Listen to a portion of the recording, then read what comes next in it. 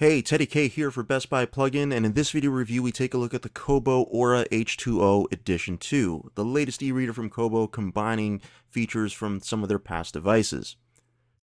So what did Kobo really change here with the Kobo Aura H2O second edition? Well, a lot of it is based on the hardware in terms of a smaller frame, better battery life, and even the adaptive lighting that they originally showed with the Kobo Aura 1. So some of those features come together to create a pretty good e-reader, and we're going to take a closer look at some of the things it can do.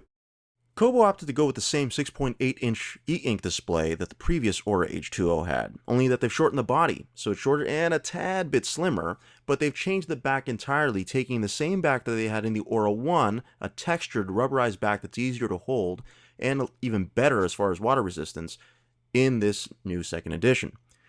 The micro USB charging port is exposed this time. It wasn't in the first Aura H2O. Now, the display doesn't really have any real surprises. It's very similar to what you might expect from any Kobo device. It doesn't have the same pixel density as the Aura 1, but nevertheless, it is still easy to read whether it's in bright sunlight or dark settings because of the adaptive lighting, which I'll touch on in a second. How you interact with the device is pretty much the same as it has been with other Kobo devices. So to turn pages is pretty quick. You get the definition by holding down the word. It pops up at the bottom. Turning pages, as I said, either right or left. Very simple. If you want to highlight a passage that you want to save or just take a note of, that pretty much works the same way too. It's kind of like how you would highlight text on a smartphone. Hold down on a word and then you drag so that you select the whole passage that you want, and then you can save it and add notes to it as well. Again, that's a feature that's just a carryover from previous models, so it's not necessarily new.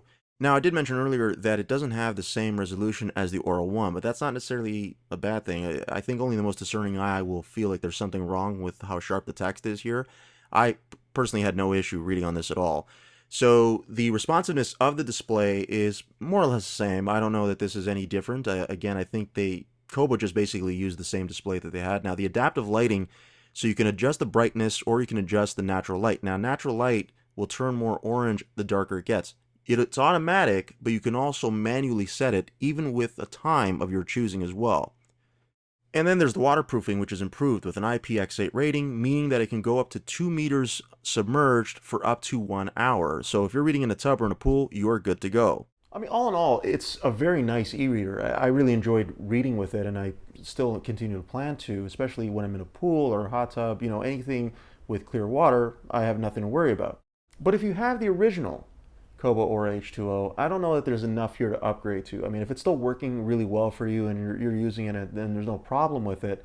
I don't know that you really need to move and upgrade to this. Same with the Kobo Aura 1. I think that's kind of a different e-reader. I know there's a lot of similarities between the two devices, but I think that's really a different product with a different display as well. So it's a little bit of a different case. But if you're looking for an e-reader that you can rely on in the rain, if you're reading in the rain, in the pool, in the tub, anything like that, where you don't have to worry about water damaging the device, then I think you're good to go here with the second edition of the Kobo Aura H2O. And that is my review of Kobo's latest e-reader. For Best Buy Plugin, I'm Teddy K. Thanks for watching.